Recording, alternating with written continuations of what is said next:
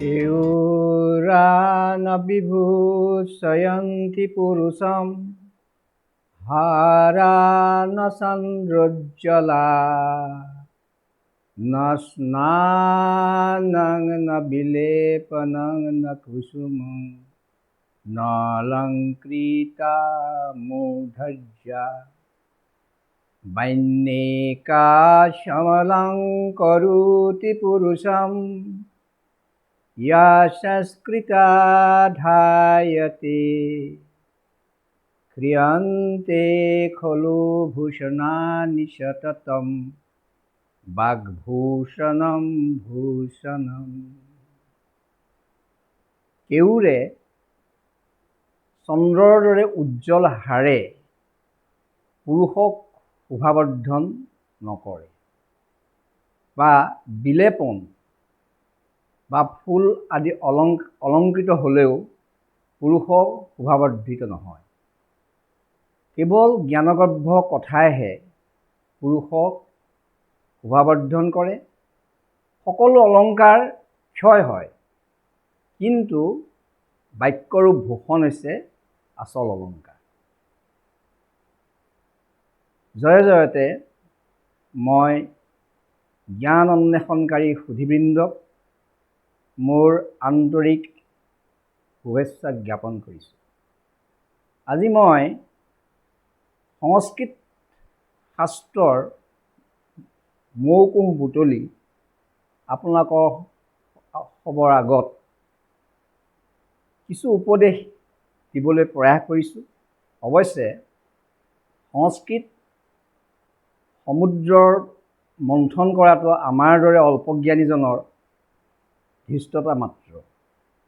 তথাপিও আজি যি অৱক্ষয় আমি চতুৰ্দিশে দেখা পাইছোঁ, সেয়ে নৱপ্ৰজন্মক আমাৰ এই সংস্কৃত শাস্ত্ৰত থকা তাৰ নীতিশাস্ত্ৰসমূহ বেদ বেদাংগই হওক, ঘোষা পুৰাণ বৰগীতেই হওক, এই সকলোবিলাকৰ পৰা কিছু মৌকুঁহ মই দিবলৈ প্ৰয়াস কৰিছোঁ।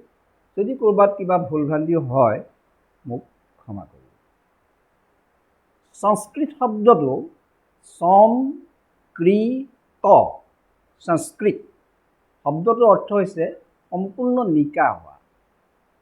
এই শব্দটো সংস্কৃত শাস্ত্ৰ তাৰ ভাষা আচলতে ক'ৰ পৰা আহিছে এইটো ক'ব পৰা নাযায়। ইয়াৰ কোনো নিজস্ব আগৰ ভাষা কোনো নাই, আৰু সেইকাৰণে ইয়াক দেৱভাষা বুলি কোৱা হয়। কিন্তু যিসকল লোকে এই সংস্কৃত শাস্ত্ৰৰ বিষয়ে জানিব পাৰিছে, তেওঁলোকেহে অধ্যয়ন কৰিছে, তেওঁলোকেহে ইয়াৰ বিশালতা, ইয়াৰ সুন্দৰতা, ইয়াৰ মাধুৰ্যতা বুজিব পাৰিছে। বিদেশী পণ্ডিত হোৰেছ হেমান উইলছনে সেই ভাৰতবৰ্ষত আহি ইয়াৰ সংস্কৃত শাস্ত্ৰসমূহ পঢ়ি তেওঁ মোহিত হৈছিল আৰু কৈছিল যে যাৱৎ ভাৰতবৰ্ষং স্যাৎ যাৱৎ বিন্ধ হিমাচলৌ যাৱৎ গংগাস গুদাস তাৱতেহি সংস্কৃত। যেতিয়ালৈকে ভাৰতবৰ্ষত গংগা, যমুনা, গোদাবৰী, হিমালয় পৰ্বত থাকিব, তেতিয়ালৈকে সংস্কৃত শাস্ত্ৰ ভাৰতবৰ্ষত ৰৈ থাকিব। আজি সেয়ে মই সংস্কৃতৰ কেইটামান শ্লোক, তাৰ অৰ্থ আৰু ব্যাখ্যা দিবলৈ প্ৰয়াস কৰিছোঁ। প্ৰথম শ্লোকটো হৈছে ভগৱতা যদ বিধীয়তে তৎ মংগলায়। ভগৱানে যি কৰে সকলোৰে মংগলৰ কাৰণে কৰে। কিন্তু আমাৰ কিছুমানে কি হয়, ভগৱানৰ সৃষ্টিৰ বৈষম্যক বিচাৰি পায় আৰু মনত বিতৰ্কলৈ আহে। এটা সৰু সাধু মই সেই বিষয়ে ক'বলৈ ওলাইছোঁ। এদিন এটা পথিকে এজোপা গছৰ তলত বহি পেলাই শুই আছিলে। ওপৰলৈ চাই আছিল, দেখিছে গছজোপা প্ৰকাণ্ড, কিন্তু গুটিবিলাক সৰু সৰু। তেতিয়া তাৰ মনলৈ ভাৱনা আহিছিল যে ভগৱানৰ সৃষ্টিত সঁচাকৈ বৈষম্য আছে। ইমান এজোপা ডাঙৰ গছ, কিন্তু সি সৰু গুটি দিছে। কিন্তু কোমোৰা গছজোপা একেবাৰে সৰু অথচ ডাঙৰ ডাঙৰ ফল হয়। কেনেকুৱা ধৰণৰ ভগৱানৰ সৃষ্টি। এনেকৈ আছে তাৰ বৈষম্যৰ কথা চিন্তা কৰি থাকোঁতে হঠাৎ এটা গুটি এটা চকুত পৰিল। পৰোঁতে সি তেতিয়া এটা ঘপককৈ এটা মনলৈ আহিল, বাহ, মই কি কথা ভাবি আছোঁ, ভগৱানৰ সৃষ্টিত ক'তো বৈষম্যতা নাই। আজি যদি এই ডাঙৰ কোমোৰা নিচিনা এডাল গুটি আহি মোৰ চকুত পৰিলেহেঁতেন, আজিতো মই কেতিয়াও জীয়াই নাথাকোঁ। আৰু তেতিয়া সি বুজি পালে যে ভগৱানৰ সৃষ্টিত কেতিয়াও বৈষম্যতা ভগৱানে ৰখা নাই। আৰু সেইকাৰণে আমি সবেও কেতিয়াও ভগৱানৰ ওপৰত বিৰূপ মন্তব্য কৰিব নালাগে আৰু তেওঁৰ সৃষ্টিৰ বৈষম্যতাৰ কথাও আমি ভাবিব নালাগে। সেয়ে মহাপুৰুষ মাধৱদেৱে তেখেতে লিখিছে বৰগীতত যে ভজ ভাই মাধৱক, স্মৰ ভাই মাধৱক, গাঁও ভাই মাধৱক, নিশ্চিন্তি আপোনাৰ মাৰ, সুখে আপোনাকত তাৰ, হৈবে ভাই পৰম নিপুণ। ঠিক তেনেকৈ আকৌ শংকৰদেৱে গাইছে, মাধৱ পুৰুষেই গাইছে, তুমি প্ৰভু নিৰ্গুণ, গুণেৰ সীমা নাই, নিৰ্গুণ হৈ জীৱ সুহি গুণ গায়। গতিকে এইদৰে আমি ভগৱানৰ সৃষ্টিক সদায় সন্মান কৰাটো উচিত। দ্বিতীয় শ্লোকটো হৈছে যাদ্যং ধিউ হৰতি চিঞ্চতি বাচি সত্যম মানোন্নতিং দিশতি চেত প্ৰসাদয়তি দিক্ষু তনুতি কীৰ্তিম সৎসংগতি কথয় কিং ন কৰোতি পুংসাম।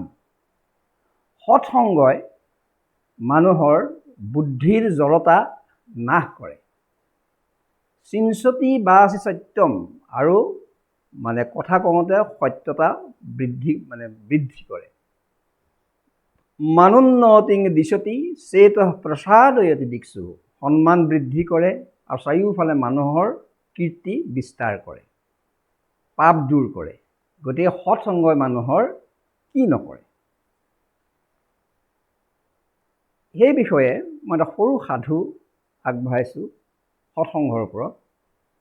এদিন এটা ভোমোৰা আৰু এটা গোবৰুৱা দুয়োটাই ফুৰিবলৈ গ'ল। ভোমোৰাটোৱে সদায় কি কৰে, ভাল বস্তু গ্ৰহণ কৰে আমি জানো, আৰু গোবৰুৱাটোৱে সদায় বেয়া বা মল আদি গ্ৰহণ কৰে। কিন্তু সেইদিনাখন ভোমোৰাই কি কৰিলে, গোবৰুৱাক লৈ গ'ল, লৈ গৈ পেলাই এটা পদুম ফুলৰ তাক সোমোৱাই দিলে। গোবৰুৱাই মৌ চুহি চুহি সি ইমান আনন্দ পালে যে সি সেই পদুম ফুলটোতে সি সোমাই থাকিল, আৰু ৰাতি হোৱাৰ লগে লগে পদুম ফুলটো জাপ গ'ল, সিও তাতে সোমাই থাকিল। কিন্তু ইফালে সেইখিনি সময়ত ৰজা আছিল বিক্ৰমাদিত্য। আমি জানো বিক্ৰমাদিত্য ৰজাৰ কথা, বিখ্যাত ৰজা তেওঁ। সেই বিক্ৰমাদিত্যহেন ৰজাৰ মালীয়ে কি কৰিলে, পদুম ফুলপাহ ছিঙি লৈ গুচি গ'ল, আৰু সেই ফুলপাহৰ মাজতে সেই গোবৰুৱাটো সোমাই আছিল, যিটো ফুল নেকি ৰজাৰ মূৰত দিয়া হ'ল। আৰু পাছদিনাখন সেই ফুলপাহ আকৌ কি কৰিলে, গংগা নদীত পেলাই দিয়া হ'ল। আৰু তাতে সূৰ্য উদয় হোৱাৰ লগে লগে সেই ফুলপাহ মেল খালে আৰু গোবৰটো ওলাই গ'ল। ওলাই গৈ পেলাই সি তেতিয়া ক'লে যে সজৰ লগত সৎসংগ মধুক কৰিলোঁ পাণ, বিক্ৰমাদিত্য ৰজাৰ মূৰত উঠি গংগাত কৰিলোঁ স্নান। এইদৰে আমি সৎসংগৰ কথা ক'ব পাৰোঁ। আৰু সেইদৰে মহাপুৰুষ গুৰুজনায়ো সেইকাৰণে কৈছে, সজ্জনৰ সংগ নগো চুক সৰ্বক্ষণে, এতেকে প্ৰসাদ মাগো তোমাৰ চৰণে, নামাগো সুখ ভোগ নামাগো মুকুতি, তোমাৰ চৰণে যেন থাকো ভকতি।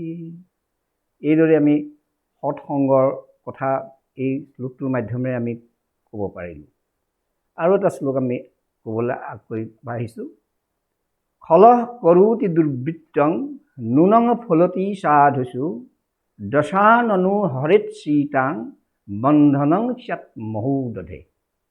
খলহ কৰোতি দুৰ্বৃত্তং নুনং ফলতি সাধুষু, দুষ্ট লোকে বেয়া কৰ্ম কৰে আৰু সাধু লোকে তাৰ ফল ভোগ কৰে।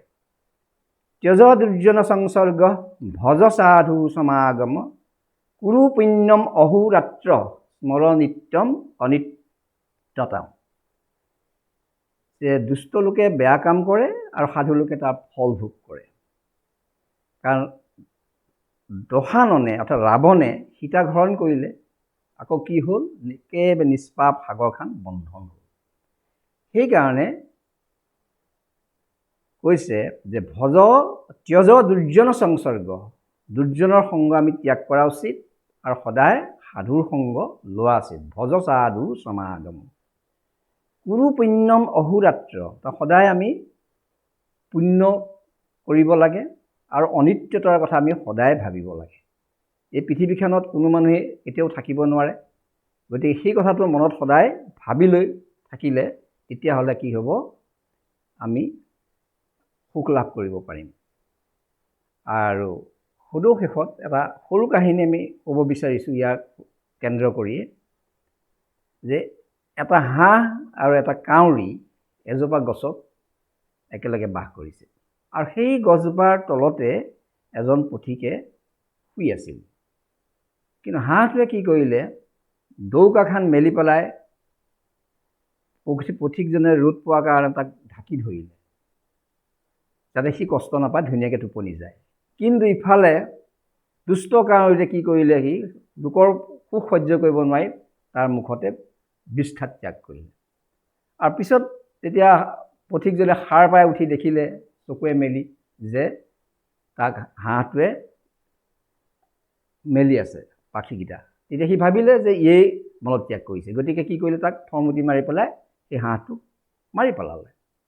গতিকে বেয়া কৰ্ম কৰিলে কাউৰীটোৱে আৰু নিষ্পাপ হাঁহটোৱে কষ্ট খাবলগীয়া হয়। এনেদৰে আমি আমাৰ জীৱনতো আমি দেখা পাওঁ যে কিছুমান দুষ্ট লোকে বেয়া কৰ্ম কৰে আৰু সাধু বা মহন্ত যেন তাৰ ফল ভোগ কৰিবলগীয়া হয়। তেনেকৈ আৰু এটি আমি শ্লোক আগবঢ়াইছোঁ, সেইটো হৈছে দুৰ্জন পৰিহৰ্তব্য বৃদ্ধয়ালংকৃত পিছন মণিনা ভূষিত সৰ্প কিমচৌ ন ভয়ংকৰ। দুৰ্জন পৰিহৰ্তব্য, তাৰমানে দুৰ্জন লোকক সদায় পৰিত্যাগ কৰাটো উচিত। বিদ্যালংকৃত পিছন, যদি বিদ্যাৰে বিভূষিতও হৈ থাকে, তেওঁ যদি ডিগ্ৰী থাকে, বিভিন্ন কোৱালিফিকেশ্যন থাকে, তথাপিও তেওঁ ত্যাগ কৰিব লাগে যদি তেওঁ দুষ্ট হয়, কিয়নো সেইজনৰ পৰা আমাৰ অপকাৰ হোৱাটো নিশ্চিত। তেনে ব্যক্তিৰ পৰা আমাৰ বিপদ অনিবাৰ্য। আৰু সেয়ে আমি সদায় সাধুৰ সংগ ল'ব লাগে আৰু সৎসংগ ল'লে আমাৰ সুখ হয়। পৃথিৱীৰ আটাইতকৈ সুখ হোৱা বস্তুটো হৈছে সৎসংগ। কাৰণ মহাপুৰুষ গুৰুজনে যদি মাধৱদেৱৰ সংগ নল'লেহেঁতেন বা মাধৱ পুৰুষেও যদি গুৰুজনাৰ সংগত নাথাকিলেহেঁতেন, তেতিয়া ইমান ধুনীয়া আজি সৃষ্টি, অমৰ সৃষ্টিবিলাক কেতিয়াও হ'ব নোৱাৰিলে হয়। জ্ঞান অন্বেষণকাৰী সুধীবৃন্দ, আপোনালোকক পুনৰ লগ পোৱাৰ মানসেৰে সংস্কৃত শাস্ত্ৰৰ মধু আস্বাদন মোৰ দ্বিতীয় ভিডিঅ'টিত প্ৰকাশ পাব আৰু সেই ভিডিঅ'টিত আপোনালোকৰ উপস্থিতিয়ে মোক আনন্দিত কৰিব। আপোনালোকে সকলোৱে সেইটো চাব বুলি মই আশা কৰিম।